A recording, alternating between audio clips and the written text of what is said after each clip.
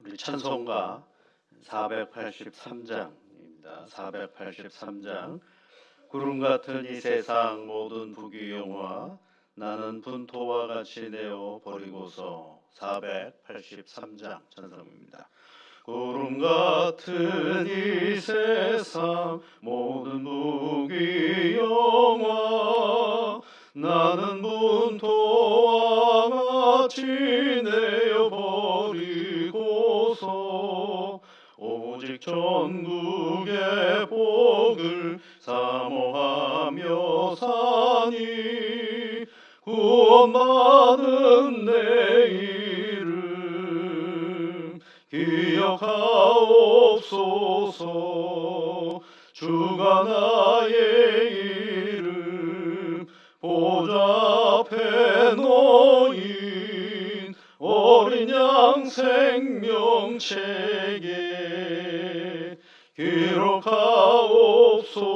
기록하옵소서. 주여 보배 피로써 모든 죄 씻으사 나의 부정한 것을 씻어 버리시소. 있는 보다 더 희게 죄를 씻었으니 구원받은 내 이름 기록하옵소서. 주가 나의 이름 보좌 앞에 놓인 어린 양 생명책에 기록하옵소서. 죄가 하나도 없고 아무 병도 없는 영화롭고도 밝은 천국 올라가서 주와 함께 그곳에 길이 살겠으니 이런 소망의 삶은 참된 행복이라.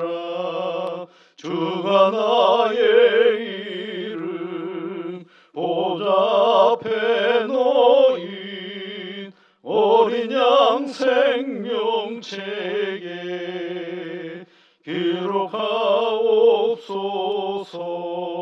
기록하옵소서.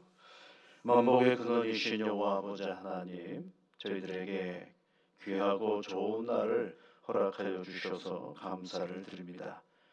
아직 살아보지 않고 진행해보지 않은 시간을 향하여 우리가 좋은 날이라고 말할 수 있는 것은 이것을 주신 분이 합력하여 선을 이루시는 우리 하나님, 늘 귀하고 좋은 곳으로 함께하여 주시는 하나님께서 우리에게 주신 것이기에 좋은 것이요 감사한 것이요 기뻐할 수 있는 것임을 알고 미리 감사하며 나아갑니다. 주 성령께서 사랑하는 주의 자녀들 한 사람 한 사람 기억하셔서 오늘도 이 시간 속에 함께하며 나아갈 때마다 이미 나보다 앞서서 내 인생길을 이끌어 가시는 하나님을 만나고 보고 경험하는 복된 믿음의 시간이 되게 인도하여 주옵소서. 나는 아직 살아보지 않은 시간을 향하여 나아가고 있지만 그 시간 속에 한 걸음 한 걸음 나아갈 때마다 나를 기다리시고 나를 보시며 기뻐하시며 나를 격려하시는 하나님이 이미 계시다라는 사실을 늘 새롭게 알아가는 오늘이 되어줄 수 있도록 도와주시옵소서. 이른 아침에 하나님 앞에 간구하옵는 것은 우리의 몸을 위하여 기도합니다. 시간이 지나면 지날수록 이 몸은 강해지기보다는 약해지는 것이 사실일진데 두려워하지 않게 하옵소서. 염려하지 않게 하옵소서. 불안해하지 않게 우리 동행하여 주시는 하나님과 늘 함께하는 오늘의 인생길이 되게 붙잡아 주시옵소서. 약한 나를 향하여 늘 격려하시고 힘을 주시는 내 하나님으로 인해 오늘도 힘으로도 사랑하는 복된 귀한 자녀들 되게 도와주옵소서. 이 몸을 건사하며 살아갈 때마다 지혜와 명철함으로 함께하여 주셔서 과도한 욕망과 더러움 욕심으로 내 몸을 피곤케 하는 일이 없도록 지혜와 명철함으로 함께하여 주시옵소서. 우리가 원하지 않는 질병이 우리에게 찾아올 때도 두려워 염려하여 그 시간을 다 허비해버리는 저희들 되지 않게 하여 주시며, 하나님이 열어주신 치유의 길이 무엇인가를 살필 수 있는 분명함과 분별력을 하나님께서 허락하여 주셔서 이 모든 일들 속에 나와 함께 하시는 하나님을 경험하는 복된 날이 되게 도와주옵소서. 예수님 이름으로 기도하옵나이다. 아멘. 오늘 야고보서 3장 말씀입니다. 야고보서 3장 1절부터 6절까지 말씀입니다. 함께 같이 읽겠습니다. 내 형제들아, 너희는 선생된 우리가 더 큰 심판을 받을 줄 알고 선생이 많이 되지 말라. 우리가 다 실수가 많으니 만일 말에 실수가 없는 자라면 곧 온전한 사람이라 능히 온몸도 굴레 씌우리라. 우리가 말들의 입에 재갈 물리는 것은 우리에게 순종하게 하려고 그 온몸을 제어하는 것이라. 또 배를 보라. 그렇게 크고 강풍에 밀려가는 것들을 지극히 작은 키로서 사공의 뜻대로 운행하나니, 이와 같이 혀도 작은 지체로 돼 큰 것을 자랑하도다. 보라, 얼마나 작은 불이 얼마나 많은 나무를 태우는가. 혀는 곧 불이요 불의의 세계라. 혀는 우리 지체 중에서 온몸을 더럽히고 삶의 굴레바퀴를 불사르나니, 그 사르는 것이 지옥불에서 나느니라. 아멘. 경건에 대한 얘기를 했었죠. 참 경건이 뭐냐라고 할 때 첫 번째가 말을 제어하는 거, 혀를 재갈 물리는 거, 그리고 두 번째가 긍휼을 베푸는 거, 세 번째가 자기 자신을 새 속에 물들지 아니하게 하는 것이다라고 말했죠. 그래서 이 장에서는 이 긍휼에 대한 얘기를 했습니다. 긍휼은 하나님이 우리에게 주시는 귀한 선물이다라고 말을 했습니다. 그래서 행함으로 잘 드러내야 되는데, 이제 두 번째 경건이 뭐라고 되어 있어요? 자기 말을 재갈 물리는 것이다. 26절, 혀를 재갈 물리지 아니하고, 그렇죠? 여러분 1장 26절에 보시면, 누구든지 스스로 경건하다 생각하며 자기 혀를 재갈 물리지 아니하고 자기 마음을 속이면 이 사람의 경건은 헛것이다, 이렇게 되어 있죠. 여러분, 이 얘기는요, 숱하게 들어가지고 너무 잘 압니다. 뭐 더 이상 뭘 설명을 하겠습니까? 우리가 잘해야 되는 거죠, 이 말이죠. 그래서 이 말이라는 게 굉장히 이게 이제 굉장히 작은 우리 몸의 지체이지만 우리 인생을 바꿔놓는 지체라는 사실을 뭘로 비유했느냐면, 홀스, 달리는 말에 재갈을 물리는 거죠. 그래서 이렇게 움직이면 이렇게 끌어당기면 이렇게 하고 저렇게 끌어당기면 저렇게 가는 거죠. 그 큰 덩치를 제어할 수 있는 것이 바로 등에 타고 있는 사람이 그 재갈이 그 말을 움직인다는 것입니다. 배도 마찬가지죠. 큰 배를 어떻게 움직입니까? 선장이 피를 어떻게 움직이느냐에 따라 방향이 바뀌기도, 그 덩치가 큰 배가 방향이 바뀌기도 하고 움직이는 것들을 우리가 알 수가 있죠. 그런데 이렇게 작은 것들이 우리의 전체의 큰 것들을 움직이는 것처럼 혀는 지극히 작은 거지만 우리 안에 큰 것들을 움직인다라는 것을 말해주고 있습니다. 그래서 이 6절에 보시면 혀에 대한 어떤 그 신학적인 접근을 얘기해주고 있어요. 그게 뭐냐면, 혀는 불이라고 그랬어요. 불 여러분 시작할 때 여러분 큰 거 던져서 불이 나는 게 아니죠. 되게 작은 것부터 시작하지 않습니다. 그 작은 것이 집을 태워버리기도 하고, 그 다음에 이제 뭐 숲을 다 태워버리기도 하는 거죠. 근데 이 불을 여러분, 불이 날 때 보면은 불을 질러버려야 되겠다, 이렇게 불 지르는 사람은 그건 아주 나쁜 범죄잖아요. 근데 불 나는 경우를 보면 되게 부득이하여 불이 나는 경우가 대부분이지 않겠습니까? 산불 같은 경우는 여러분 어때요? 되게 작은 것부터 시작해가지고 산불이 시작이 되는 경우도 있죠. 그래서 혀는 곧 불이요 불의의 세계라. 혀는 우리 지체 중에서 온몸을 더럽히고 삶의 굴레바퀴를 불사른다 그러죠. 삶의 굴레바퀴라고 그러죠. 삶이 이렇게 굴러가야 되지 않겠어요? 계속 진행해 가야 되는데 그 수레바퀴를, 삶의 수레바퀴를 불살라고 그래요. 불살르면 여러분 삶이 굴러갑니까? 못 굴러가죠. 그러니까 굉장히 중요해요. 우리의 재물도 중요하고 건강도 중요하고 다 중요하지만 그 중에 하나가 또 중요한 게 뭐냐면 우리 말하는 것이 중요하다라는 것입니다. 살아가는 것이 지옥불에서 난다라고 얘기를 합니다. 근데 여러분 잘 생각해 보세요. 나는 크게 아니 뭐 그렇게 뭐 말한 것도 없는데 저 말 때문에 이렇게 내가 이렇게 화마에 오르나라는 생각이 들 때가 있죠. 그러니까 말하는 거 잘 보시면 그 성경의 이야기를 잘 보시면은요, 상대방이 별로 없어요. 말하는 나한테 뭐라 그러지 듣는 상대방에 대해서 뭐라고 얘기한 적은 없어요. 누가 뭐라 그러든 잘 알아서 들어라 이런 얘기 없잖아요. 누가 무슨 말을 해도 흔들리지 말고 알아서 듣거라 또는 뭐 한 귀로 듣고 한 귀로 흘려라 이런 말도 없고 딱 누구한테만 얘기하고 있냐면 말하는 사람들에게 얘기를 하는 거죠. 그러니까 중요한 건 뭐냐면 우리가 말을 하다가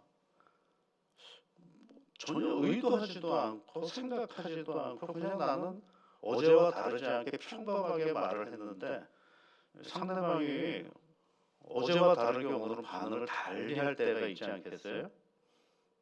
그런 경우들이 꽤 많아요.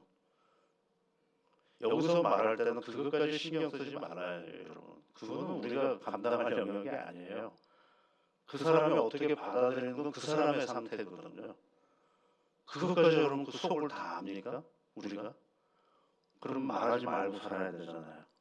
어떻게 우리가 말 안 하고 삽니까? 중요한 건 뭐냐면 내가 말할 때 어떤 나쁜 의도와 나쁜 목적을 가지고 나쁜 태도로 하지 말라는 그런 취지에서 이 말에 대한 얘기를 하는 거죠. 나는 전혀 생각하지 않은 선한 말을 했음에도 불구하고 칭찬하는 말을 했음에도 불구하고 반응이 이상하게 다가올 때가 있어요. 여러분 그런 경우 없습니까? 그럴 때 여러분 꼭 우리가 생각해야 되네. 쾌념하지 마세요. 거기에 너무 생각하지 마세요. 그거를 내가 돌이킬 수는 없습니다. 왜냐하면 그 사람의 마음의 상태, 그 사람의 정신의 상태, 그 사람의 형편에 따라서 어떤 말은 받아들이기도 하고 어떤 말은 엉망으로 반응하기도 하는 것이 상대방이거든요. 중요한 건 나는 그러면 어떻게 해야 되느냐는 거죠. 나는 어떤 말을 써야 되느냐, 나는 어떻게 반응해야 되느냐라는 것입니다. 우리가 모르지 않습니다. 다 알아요. 그런데 우리 교회를 다니면서 꼭 생각해야 할 것은 하나가 뭐냐면 뭐로부터 오늘 야고보서가 시작하느냐 하면 너희는 선생된 우리가 더 큰 심판을 받는 줄 알고 선생이 많이 되지 말라. 이 말로부터 시작한다는 것을 얘기해 주고 있어요. 그러니까 말에 대한 이야기를 쭉 펴나가는데 그 시작을 뭐로부터 하는 거예요? 선생하지 말라는 얘기로부터 시작하고 있는 것을 알 수가 있어요. 선생된 얘기를 하고 있다는 것이죠. 이 얘기는 뭐냐면 교사가 되지 선생이 되지 말라는 얘기는 너무 많이 가르치려고 애쓰지 말라 그런 얘기거든요. 우리의 이 교회 생활하거나 이럴 때 보면 수많은 것들을 가르치려고 애를 써요. 서로가 굉장히 애를 써요. 가르치려고. 여러분 가르친다고 여러분 가르침 받습니까? 다 자기 나름대로 살아온 시간들이 있거든요. 그렇게 가르치려고 애쓰지 말라는 거예요. 가르치려고 애를 썼는데 상대방이 어때요? 더 가르치려고 나한테 대들어요.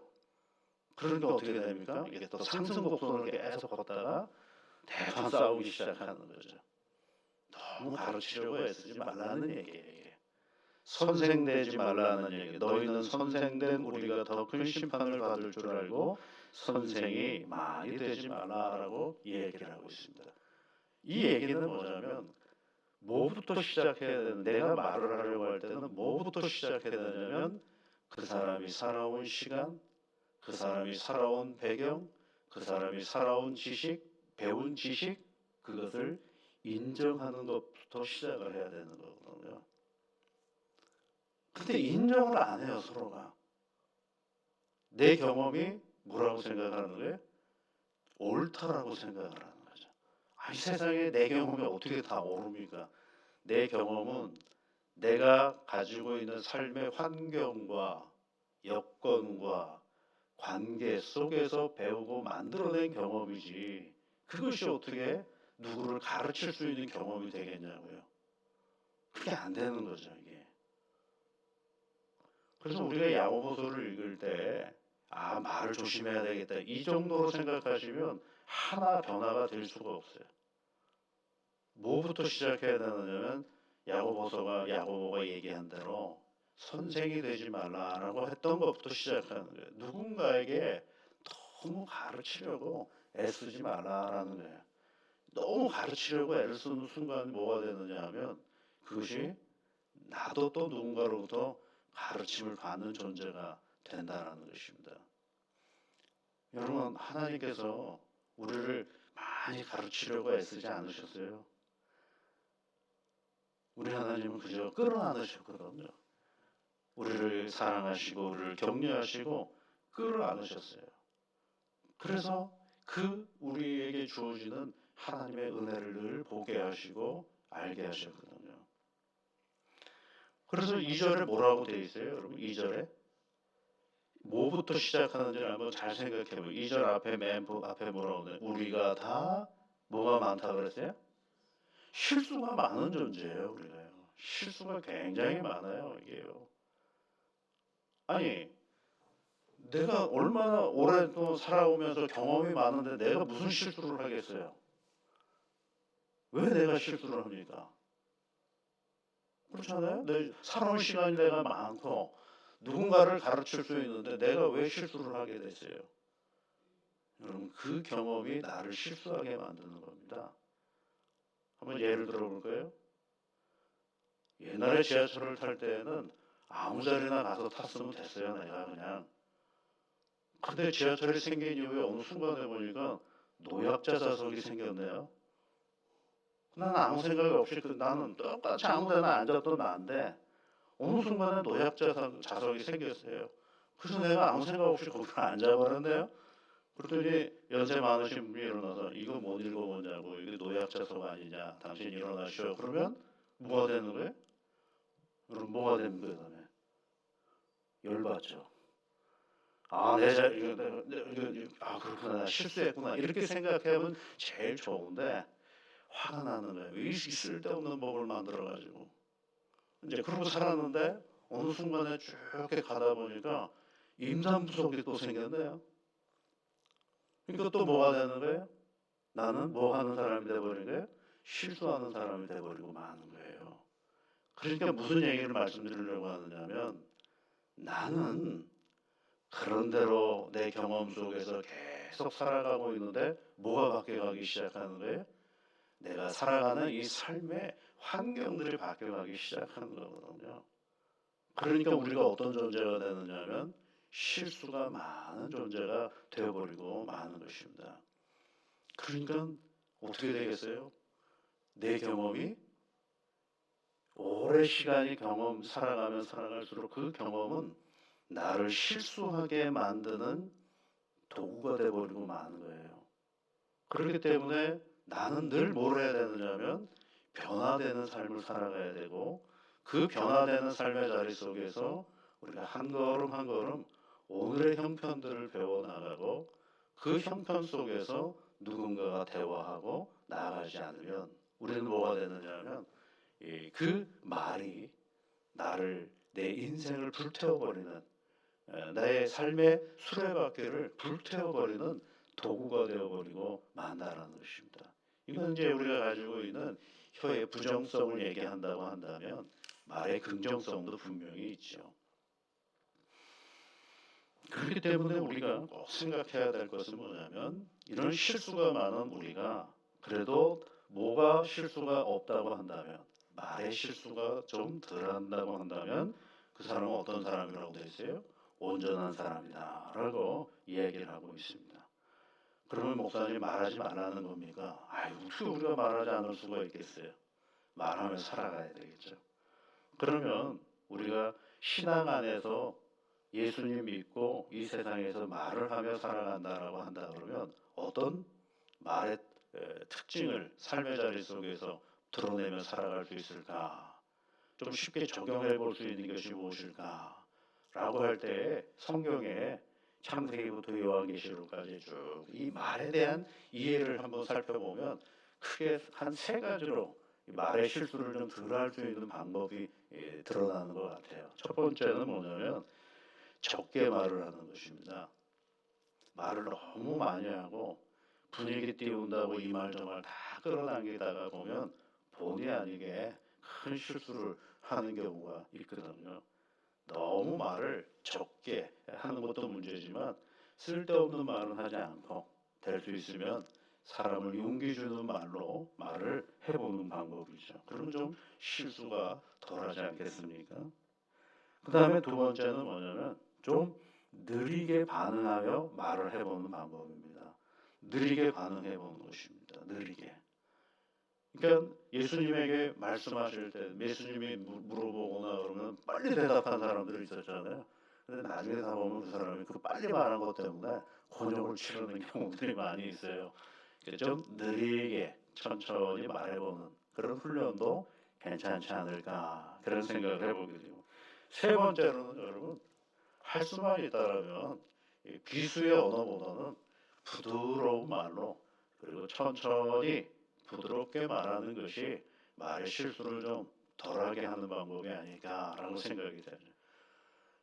바리새인들이 가늠한 여인을 잡아다 놓고 뭐라고 돌로 치라고 했다고 그러잖아요. 돌로 치라고 그러더니 예수님께서 그냥 조용히 계시다가 뭐라고 얘기를 해?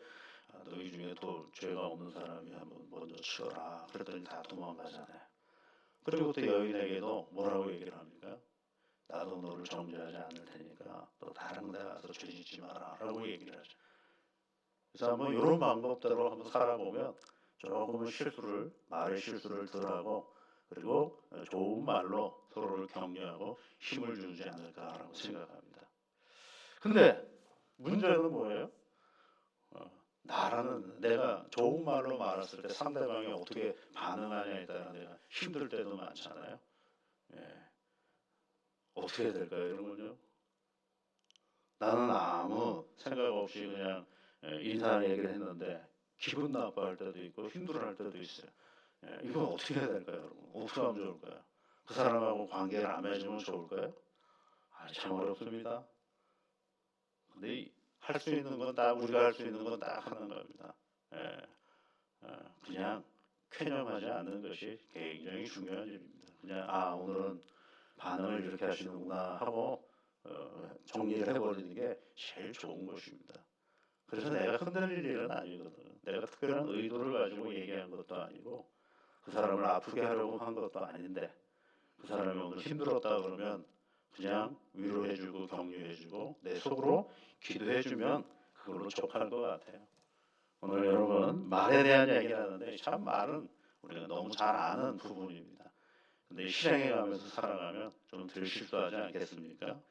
너희가 선생된 우리가 더 큰 심판을 받는 줄 알고 선생이 많이 되지 말라. 너무 누군가에게 가르치려고 애쓰지 마십시오. 두 번째는 우리가 다 실수가 많은 존재다.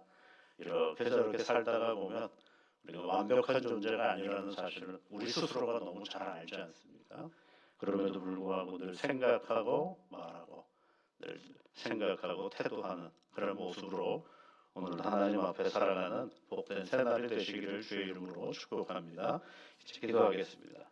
하늘에 계신 우리 아버지, 아버지의 이름을 거룩하게 하시며 아버지의 나라가 오게 하시며 아버지의 뜻이 하늘에서와 같이 땅에서도 이루어지게 하소서. 오늘 우리에게 일용할 양식을 주시고 우리가 우리에게 잘못한 사람을 용서하여 준 것 같이 우리 죄를 용서하여 주시고 우리를 시험에 빠지지 않게 하시고 악에서 구하소서. 나라와 권능과 영광이 영원히 아버지의 것입니다. 아멘.